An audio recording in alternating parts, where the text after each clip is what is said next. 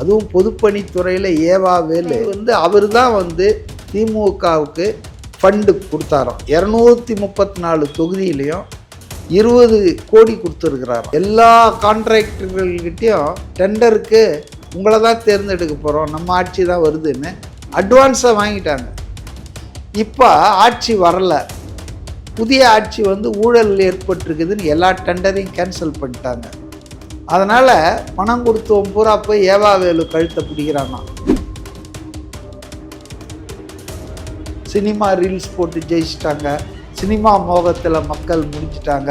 இப்போ ரொம்ப கவலைப்படுறாங்களாம், வருத்தப்படுறாங்க. யார் இவர்கிட்ட வருத்தப்படுறாங்களா? பெண் நிறுவனம்ன்ற ஒன்றை நடத்தி அதன் மூலம் தான் எல்லா சர்வேவையும் தப்பாக எடுத்து அவங்க மாமாவை ஏமாற்றிட்டார். ஆனால் அவர் பிறந்த நாளை நான் கொண்டாடுறேன்.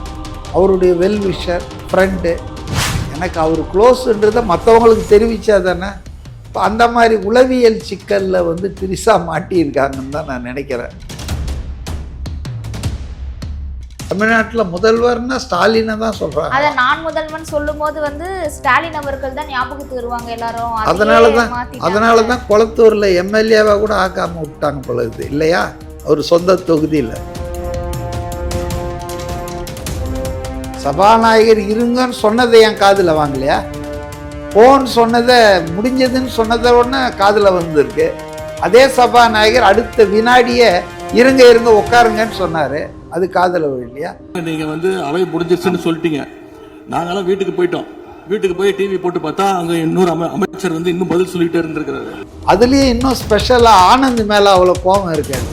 ஏன், அது வாய் செத்த புள்ள. ஆனால் ஆதவ அர்ஜுனா, ராஜ்மோகன், நிர்மல் குமார், இவங்கெல்லாம் ரமேஷ், இவங்கெல்லாம் வச்சு செய்வாங்க. கோயில் நிதியை பயன்படுத்தி எதற்காக மல்டி லெவல் கார் பார்க்கிங் தேவைப்படுது? இப்போ இப்படிப்பட்ட ஊழல்கள்லாம் தொடர்ந்து எல்லா துறையிலையும் நடந்திருக்குங்க. அதுவும் பொதுப்பணித்துறையில் ஏவாவேலு, அவரை பற்றி ஒரு ஸ்டோரி, குட்டி ஸ்டோரி நான் கேள்விப்பட்டேன். அதாவது அவர் தான் திமுகவுக்கு ஃபண்டு கொடுத்தாராம். 234 தொகுதியிலையும் 20 கோடி கொடுத்துருக்கிறாராம். அப்படின்னா என்ன, 468 ஒரு சைபர் போட்டால் 4800, நியர்லி 5000 crore ஸ்பெண்ட் பண்ணியிருக்காரு. அவருன்னா அவர் பாக்கெட்டில் வீட்டிலேருந்து எடுத்துகிட்டு வரல. எல்லா கான்ட்ராக்டர்கள்கிட்டையும் டெண்டருக்கு உங்களை தான் தேர்ந்தெடுக்க போகிறோம், நம்ம ஆட்சி தான் வருதுன்னு அட்வான்ஸாக வாங்கிட்டாங்க. இப்போ ஆட்சி வரலை, புதிய ஆட்சி ஊழல் ஏற்பட்டிருக்குதுன்னு எல்லா டெண்டரையும் கேன்சல் பண்ணிட்டாங்க. அதனால் பணம் கொடுத்தவன் பூரா போய் ஏவாவேலு கழுத்தை பிடிக்கிறானா. சார் எங்களுக்கு டெண்டர் வாங்கி கொடுங்க, உங்கள் ஆட்சி இல்லை, இப்போ அவர் முடியாதுன்றாரு, அதனால் எங்களுக்கு பணத்தை கொடுங்கன்றாங்க. 5000 கோடி ரூபாய்.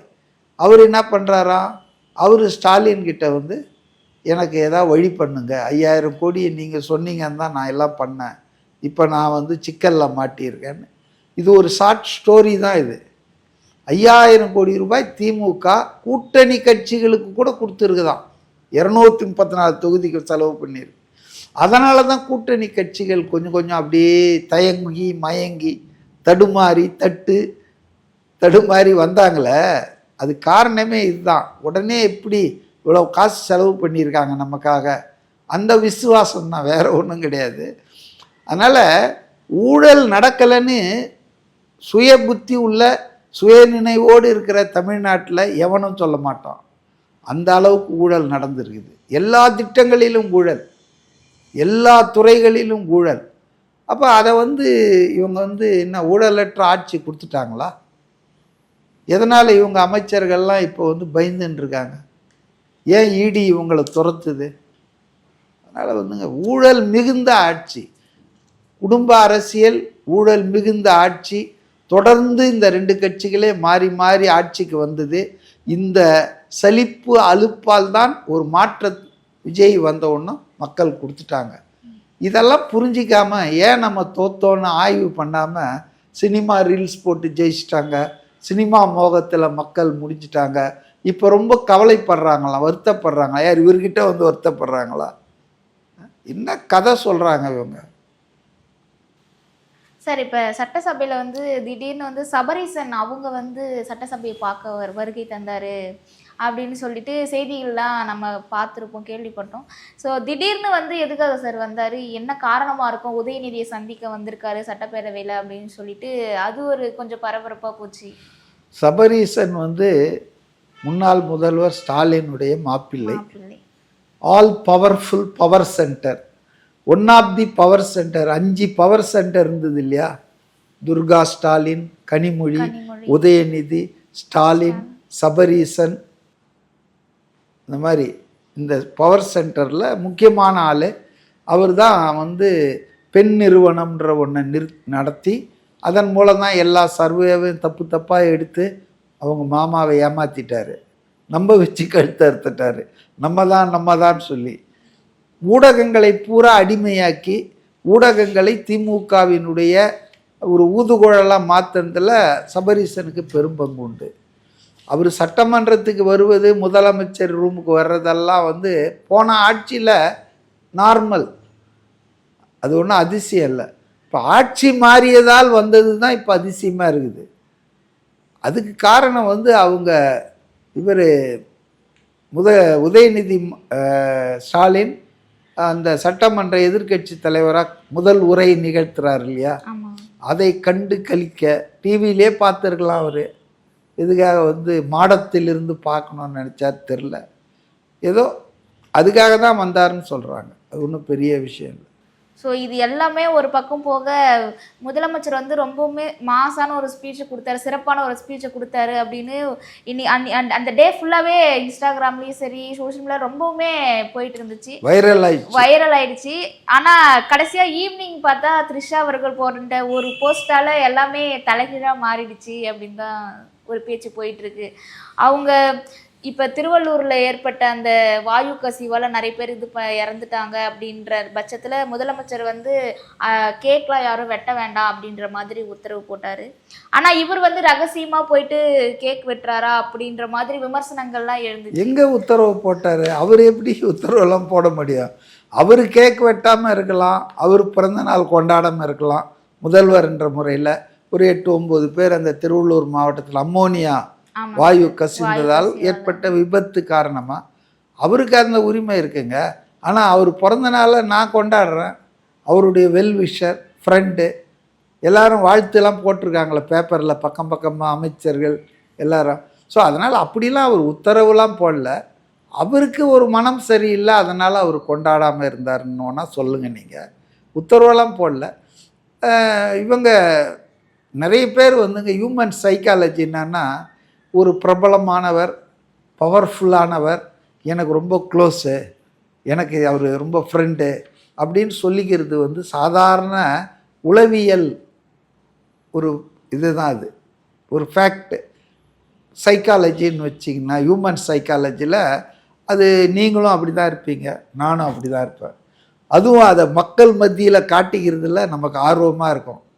இல்லை நீங்கள் மட்டுமே அந்த ஃபோட்டோவை பார்த்துக்கிட்டு என்ன பண்ண போகிறீங்க? எனக்கு அவர் க்ளோஸுன்றதை மற்றவங்களுக்கு தெரிவித்தா தானே. இப்போ அந்த மாதிரி உளவியல் சிக்கலில் வந்து திரிசா மாட்டியிருக்காங்கன்னு தான் நான் நினைக்கிறேன். அது எப்போ எடுத்த ஃபோட்டோ, என்ன ஃபோட்டோ, எந்த அக்கேஷன் எடுத்தது, பட் நமக்கு எல்லாருக்கும் தெரியும் அவங்க ஒரே இண்டஸ்ட்ரியில் பல காலம் ஒருமித்து நடிச்சிருக்காங்க, பழகியிருக்காங்க. ஒரு கொலீகாக, ஒரு ஃப்ரெண்டாக ஒரு இண்டஸ்ட்ரியில் நம்ம அதை வந்து தப்புன்னு சொல்ல முடியாதுங்க. ஜெண்டர் காரணமாக அதை வந்து நம்ம ஒரு தவறான அர்த்தம் பண்ணக்கூடாது. ஆனால் த்ரிஷா மேடத்துக்கு என்ன புரியணும்னா, now your friend or your wellwisher, your colleague is no more a super actor, is a chief minister of 8 crore Tamil people. மாநிலத்தின் முதலமைச்சராக இருக்கிற ஒருவரை இந்த மாதிரி சீப் பாப்புலாரிட்டிக்காக நீங்கள் உங்கள் சமூக ஊடகங்களில் போடுறதுன்றது உங்கள் நோக்கம் என்னவா ஒன்றா இருக்கலாம், அதுக்கு உள்நோக்கம் இருக்கும்னு நான் நினைக்கல. ஆனால் எதிராளிகள், அவருடைய அரசியல் எதிராளிகள் இதை வந்து அவருக்கு எதிராக பயன்படுத்துவாங்கன்ற சின்ன ஒரு அறிவு கூடவா 40 வயசை கடந்தவங்களுக்கு இல்லாமல் போவோம். அதனால் போன வருஷம் வரைக்கும் நீங்கள் போட்டது வந்தது அதெல்லாம் வேறு விஷயம். But now is the chief minister of Tamil Nadu. அப்போ அவர் வந்து புகைப்படங்களை பகிர்வது பொதுவெளியில், அவர் எனக்கு ரொம்ப க்ளோஸ்ன்னு காட்டிக்குவது, இதெல்லாம் வந்து அவரை வந்து டேமேஜ் பண்ணுவாங்க எதிராளிகள். அதன் காரணமாக மக்கள் வந்து விஜயை பற்றி தெரிஞ்சவங்க, மக்கள் விஜயை வந்து புரிஞ்சவங்க. அதனால் என்னெல்லாம் அவதூறு பண்ணாலும் அவங்க அதெல்லாம் நம்ப மாட்டாங்க.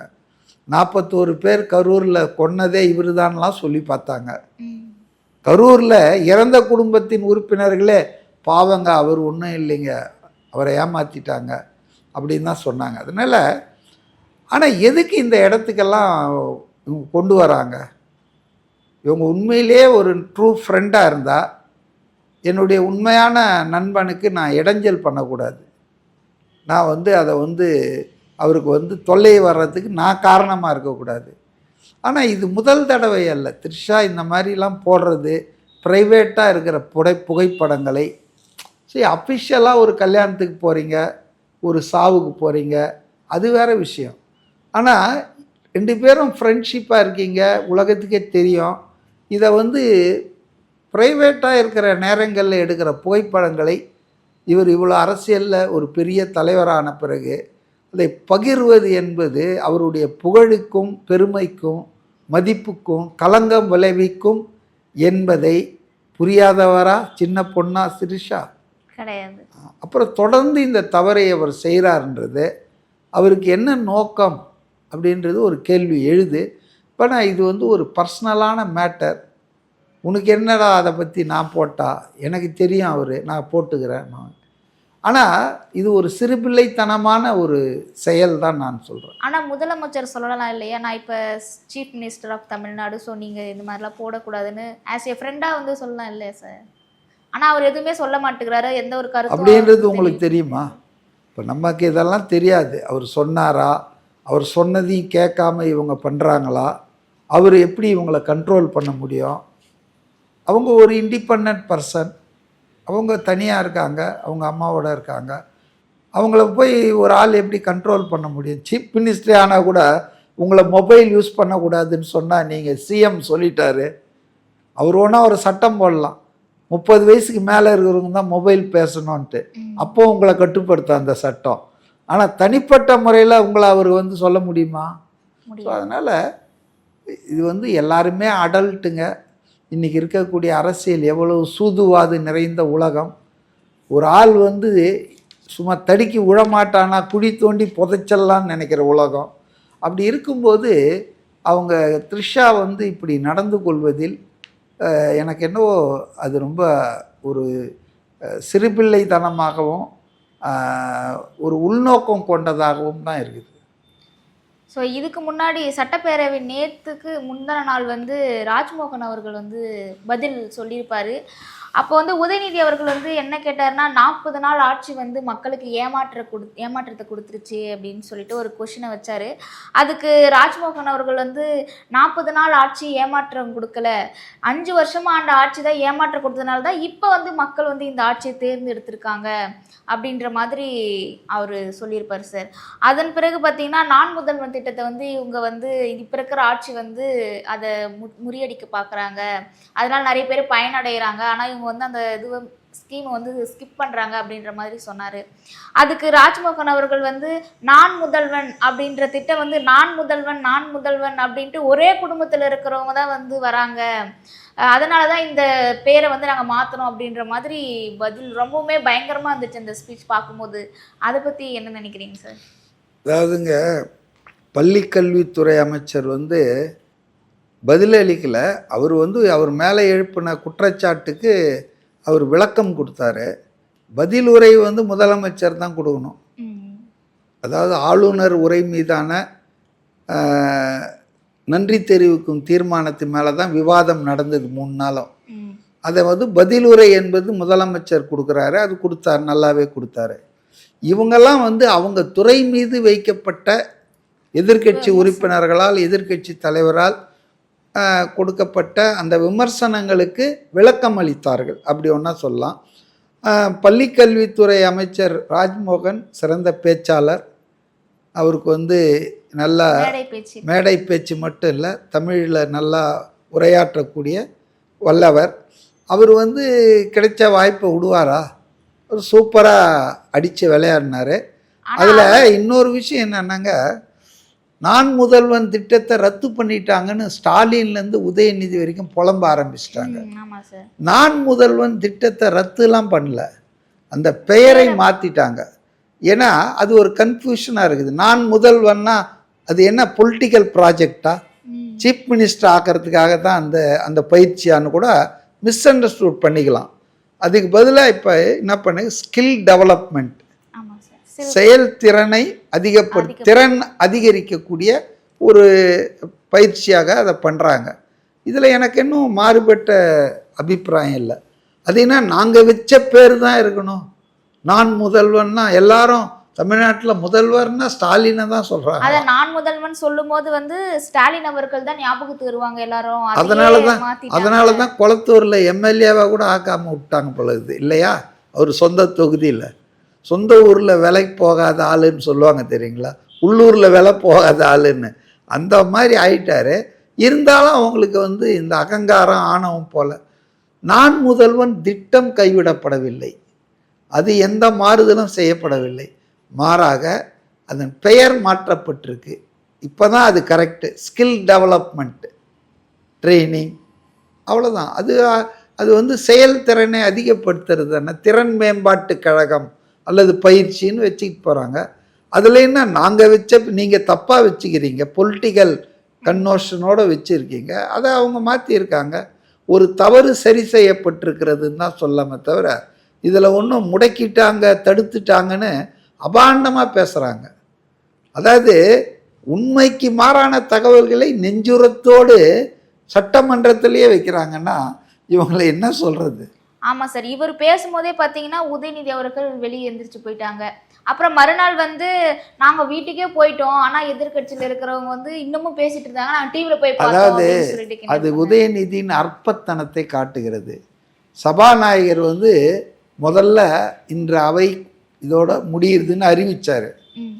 ஆனால் யாரோ சார் இவர் பதில் கொடுக்கணும் அப்படின்னு ஏதோ நினைவூட்டணுன்னா, உட்காருங்க யாரும் போகாதீங்க, உட்காருங்க, இந்த பள்ளி கல்வித்துறை அமைச்சர் ஒரு விளக்கம் கொடுக்குறாரு அப்படின்னு பேச ஆரம்பித்தார். பேசினார். ஆனால் அவங்கெல்லாம் கிளம்பி போயிட்டாங்க, டிஎம்கே ஆட்கள்லாம்.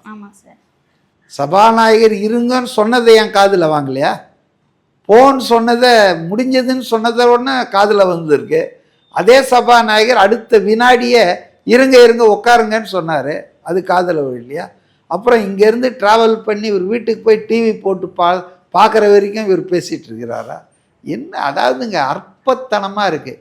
தங்களை தவிர யாரும் பேசிடக்கூடாது, யாரும் சோபிச்சிடக்கூடாது. ஏங்க, ராஜ்மோகன் ஒரு தலித்து இளைஞர் அல்லது ஒரு நல்ல பேச்சாளர், அவர் பேசுகிறாரு. ஏன் அதை உட்காந்து கேட்டால் என்ன? சட்டமன்றத்தில் தானே பேசுகிறாரு. தாவேக்கா பனையூர் பில்டிங்கில் ஒன்றும் பேசலையே. அவங்களுக்கு இவங்க மேலெல்லாம் எரிச்சல் இருக்குங்க. ஒரு சில பேர் தாவேக்காலேயே ஆதவ் அர்ஜுனாவை கொலவெறியில் திரியிறாங்க, தெரியுமா உங்களுக்கு? தாவேக்கால விஜய் சார் மேலே இருக்கிற கோபம் அது வேற. அதுலேயும் இன்னும் ஸ்பெஷலாக ஆனந்த் மேலே அவ்வளோ கோபம் இருக்காது. ஏன்? அது வாய் செத்த புல்ல, எதுவும் பேசாது, யாரையும் திட்டாது, அமைதியாக இருக்கும் அது. ஆனால் ஆதவ் அர்ஜுனா, ராஜ்மோகன், நிர்மல் குமார், இவங்கெல்லாம் ரமேஷ், இவங்கெல்லாம் வச்சு செய்வாங்க. அப்போ தங்களை அம்பலப்படுத்துகிற, தங்களுக்கு சரியான பதிலை கொடுக்குற ஆளுங்க மேலே இவங்களுக்கு பயங்கரமான குரோதம் இருக்குது. அதனால் இப்படியெல்லாம் பேசுகிறாங்க. அது அதை என்ன சொல்கிறது, மெச்சூரிட்டி இல்லைங்க இவங்களுக்கு, பொலிட்டிக்கல் மெச்சூரிட்டி இல்லை. அதே மாதிரி தான் ரமேஷ் அவர்கள் சேகர் பாபு அவர் மேலே அந்த கோவில் நிர்வாகத்தில் அவ்வளோ ஊழல் பண்ணியிருக்காங்க அப்படின்ட்டு ஒரு குற்றச்சாட்டு மாதிரி, அதாவது விமர்சனம் அவங்க கேட்டதுக்கு இவர் ஆன்சர் பண்ணார். ஒரு கோவிலில் 10 கோடி ரூபாயில் கார் பார்க்கிங் எதுக்கு அப்படின்ற மாதிரி கேள்விலாம் வச்சார் சார். அதுக்கு சேகர் பாபுவால் பதில் சொல்ல முடியாத அளவுக்கு இல்லை. இது எங்கே தொடங்குச்சுன்னா ஆளுநர் உரையிலேருந்தே தொடங்கிடுச்சுங்க. ஆளுநர் உரையில் ஒரு வரி வரும், கோயில்கள் உள்ள நிதியை புனித பணிகளுக்காக, நோக்கங்களுக்காக மட்டுமே செயல்படணும், எடுத்து யூஸ் பண்ணோன்ற மாதிரி. அது படித்த உடனே இவங்கெல்லாம் திமுக ஆட்கள்லாம் உடனே இது ஆர்எஸ்எஸ் ஆட்சி, பி டீம், பாஜக பி டீம், ஆச்சா போச்சா, இவங்க என்ன இதெல்லாம் பேசுறதுன்னு சொல்லி போட்டிருந்தாங்க. ஆனால் அது சம்மந்தமான ஒரு விஷயத்தை வரும்போது தான் இவர் வந்து சேகர் பாபு என்ன சொன்னார்னா, நாங்கள் வந்து எந்த பணத்தையும் மிஸ்யூஸ் பண்ணல, நாங்கள் வந்து இது போல் அந்த குறிப்பிட்ட அமைச்சர் குறிப்பிட்ட அந்த மல்டி லெவல் கார் பார்க்கிங் குன்னூரில் அந்த கோயிலுக்கு பயன்படாதமாக கட்டியிருக்கிறோம்லாம் பொய் சொன்னார். ஆக்சுவலாக அந்த கோயில் வந்து சின்ன கோயில், அதுக்கு வந்து 500 பேர் வந்தாலே மாதத்துக்கு வருஷத்துக்கான்னு தெரில, பெரிய விஷயம். டூரிஸ்ட்டுங்க நிறைய பேர் வருவாங்க குன்னூரில், டூரிஸ்ட்டு கூட்டம் ஹெவியாக வரும். இவங்களும் இந்த டூரிஸ்ட்டுகளுக்காகத்தான் மல்டி லெவல் பார்க்கிங் கட்டியிருக்காங்க, கோயிலுக்கு வர்ற பக்தர்களுக்காக அல்ல. என்ன கேள்வின்னா, இப்போ ஒரு பக்தன்ற முறையில் நான் கோயிலில் காணிக்கை போடுறேன், எதுக்கு போடுறேன்? மல்டி லெவல் கார் பார்க்கிங்கா, ஷாப்பிங் காம்ப்ளெக்ஸுக்கா? கோவில்ல எதனா நிதி அதுக்கு கோயிலுக்கு தேவையான விஷயங்களை வாங்கணும், கோயிலில் அன்னதானம் கொடுக்கணும், கோயிலில் வர பக்தர்களுக்கு வசதிகள் ஏற்படுத்தி தரணும். இதுக்கு தானே கொடுக்குறேன். நீங்கள் வந்து காலேஜ் கட்டுறேன், பஸ்ஸு கட்டுறேன்னா, அதை இப்போ நீங்கள் டூரிஸ்ட் வராங்கன்னா டூரிசம் டெவலப்மெண்ட்லேருந்து ஃபண்டு எடுங்க. ஒவ்வொரு துறைக்கும் ஃபண்டு அலாட்மெண்ட் இருக்குல்ல. இப்போ கோயிலுக்கு கட்டுற பணத்தில் எடுத்துகிட்டு நான் திணிக கல்லூரிகள் பள்ளி நடத்துவதை புனித நோக்கமாக தான் கருதுகிறாங்க. அதை ஆனால் அதே மாதிரி கல்யாண மண்டபம் கட்டுறதையும் ஷாப்பிங் காம்ப்ளெக்ஸ் கட்டுறதையும் கார் பார்க்கிங் கட்டுறதையும் ஒத்துக்க முடியுமா? அதனால் அது சரியான நிலைப்பாடு தாங்க. கோவிலுக்கு வழங்கப்படுகின்ற பணம் கோயிலுக்காகவும் கோயில் காரியங்களுக்காகவும் பயன்படுத்துவது தான் முறையானது, சரியானது. இந்த கடந்த ஆட்சியில் வந்து கோயில் நிதியெல்லாம் எடுத்து சகட்டு மேனிக்கு இவங்க வந்து பாலம் கட்டுறது, அப்புறம் எல்லாம் மேலம் கொட்டினாங்க. அதுக்கு காரணம் என்னென்னா, இந்த வேலைகள் செஞ்சால் கமிஷன் கிடைக்குது. ஒரு பில்டிங் கட்டுறாங்கன்னா, ஒரு ஷாப்பிங் காம்ப்ளெக்ஸ் கட்டுறாங்கன்னா கான்ட்ராக்ட் விட்டுட்டு அதில் கமிஷன் அடிக்கிறாங்க, தரம் குறைந்த விஷயங்களை செய்கிறாங்க. அதுக்காக தான் இவங்க லஞ்சம் சம்பாதிக்கிறதுக்கு கோயில் ஃபண்டை யூஸ் பண்ணோமா? அது மிஸ்யூஸ் ஆஃப் டெம்பிள் ஃபண்டு தான். அதனால் அதில் வந்து அவங்க ரமேஷ் எடுத்த நிலைப்பாடோ விளக்கமோ ரொம்ப நல்லா தான் இருந்தது.